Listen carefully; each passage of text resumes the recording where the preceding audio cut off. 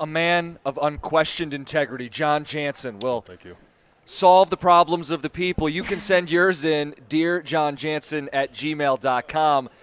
The conversations today: neighbors Airbnb, sleeping with my wife, setting up friends, and a rodent. I have no idea what that's about.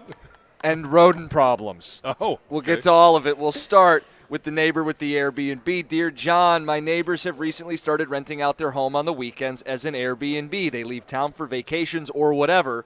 Random people show up. They're blasting their music, inviting over people. It's a party almost every other week. I don't want to be a Karen and call the police on the dang kids and their music. How do I handle the situation? Well, it depends on the time of it all. If it's before 10 o'clock, and if you have children, if it's this is an issue. It's something that you have to discuss with your neighbors. Now they have all the right in the world to rent their house out. It sounds like it would be at a place that would be fun to rent out, a destination, but there needs to be a matter of respect, and there needs to be some house rules. And if it's happening after 10, maybe even 10:30 at night, there needs to be a discussion about how loud the music is, and if that discussion with the owners doesn't go well or doesn't solve the issue, then it does require a phone call at some point. If they're keeping you up to all hours of the night and it's party central, like that's an unlivable situation. Yeah, communication is key. Yeah. Have a conversation with your neighbor.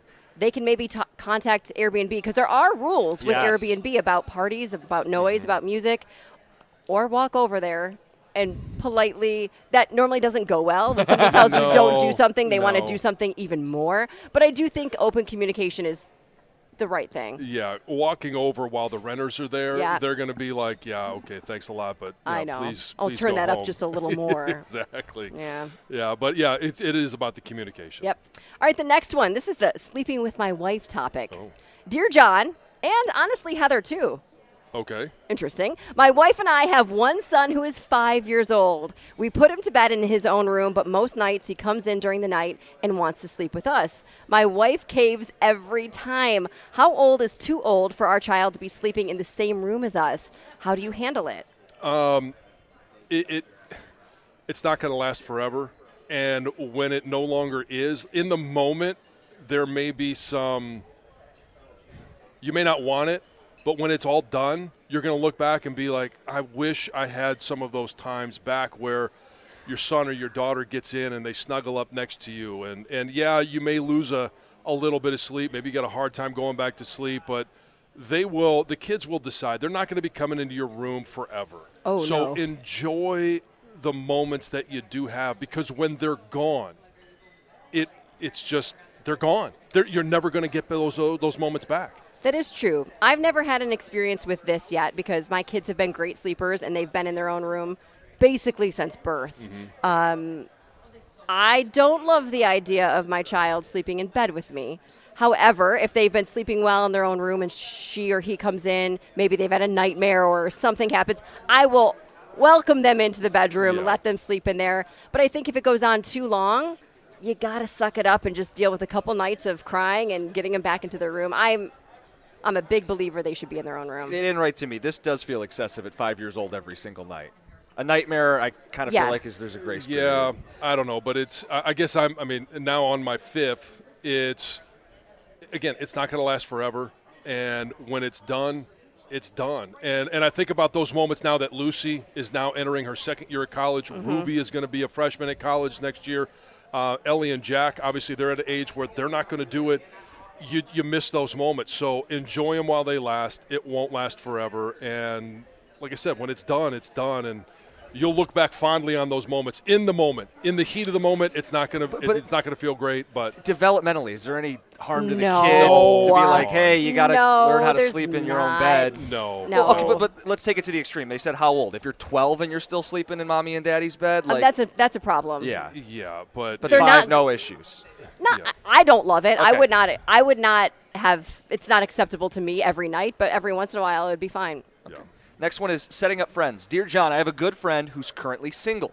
He's in shape, good sense of humor, said no trouble picking up women, but just hasn't found the right one. His relationships typically fizzle out on his end. He said he wants to get more established in his career before he settles down. Anyway, a girl at the gym just got out of a relationship with a loser guy, and I think they would be compatible. Same age, in each other's leagues. I worry that if it backfires... in each other's appropriate hotness. Right.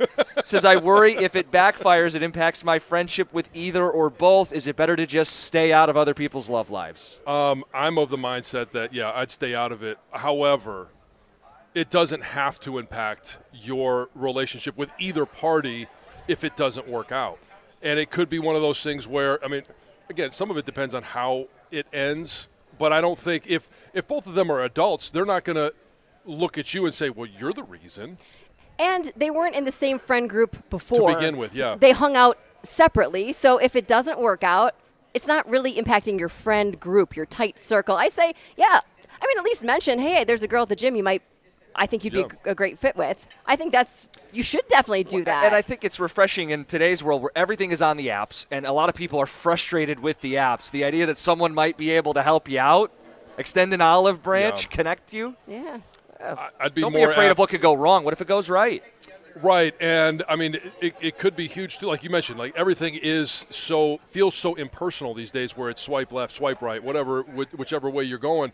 But when you have the opportunity to have somebody that says, hey, I know this individual, right. They seem like a good guy, and I know this girl, she seems very nice as well. You might hit it off, and maybe you don't, but it's up to the pair. If it doesn't work out, it's not on the individual that set them out. So, like, I met Kelsey on the app, so I know it can work, but I hear from people who go, this is like landmines everywhere. The idea that someone would vet someone for you be a great service. Have you guys ever been set up like that? Like a friend's hooking you up with somebody, like, hey, go meet this girl. She's great. No. I had once a parent at the school I used to teach at. Oh, yeah? He's like, hey, I know someone. You should. So it was like a blind date, and it was one blind date, and it did not that go bad. Well. It wasn't that bad, but it wasn't. You guys weren't very compatible. Good. No. Were they as advertised? Was he in your league? That's no, a no. John. That's a no. No, he wasn't? Yeah. Well, No, I'm joking. He was fine. Just wasn't for me. All right, the next one. Rat problem. Dear John, my cat brought in a rat yesterday. May have been from a catio. Not a mouse, but this big, brown, hairy rat. And I'm out of town, and my wife is terrified. Should she stay with friends, and I'll deal with it when I get back in a couple days? What's the best way to flush it out? Or, because it's a rat, should I call a professional? How should I solve this problem, and how much should I spend? It's an opportunity. Yeah, I mean, if she wants to stay with friends, yes. If she wants to stay in a hotel, hey, set her up at a nice hotel. If you're going to be gone, maybe it's a hotel with a spa. Make it a nice weekend for her. Spend a little money. Just let her enjoy it while the rat problem is taken care of. You hire somebody to come in. If you can't take care of it yourself, then yes, you hire somebody, come on in, and make sure that they can come back to dispose of the rat as well. So when you get home, you don't have to do it. But you could have done it yourself as well. And I'm not saying anyone in particular. Whoever wrote this in. Whoever sent this in, but there are rat traps that you can set. There's a lot of things that you could take care of this yourself. Sounds like he had a time constraint, though, that it didn't have a lot of time to catch said rat. It's a simple trip to the hardware store. It is. Set up some traps, leave. And it's actually the perfect way to do it because you can put those traps around the house. Your wife doesn't have to worry about walking downstairs and seeing a dead rat in a trap. Just spend a little bit of money, set her up at a hotel. If she wants to go spend the weekend with friends, then do that. That's really nice. I mean, I might see a rat when I get home. Just to get taken out of the house to the hotel. Go get a hotel, Heather. You're fine. Yes. You just text Colin.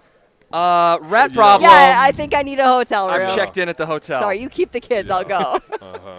Yeah, that person may or may not have been on their way to Shanty Creek and may or may not have had to handle the situation on the fly. I think your advice is great. We'll get an update on the rat issue soon. Today, I hope. This morning, hope so, maybe, yeah. when she comes downstairs and sees that dead rat in a trap. Would love to put this behind us. Yes. Or, hypothetically, in this situation, if it came up, you'd love to put this behind you. Yes, as quickly as possible. Dear John, you can send him in, dearjonjansen@gmail.com. It's 97.1.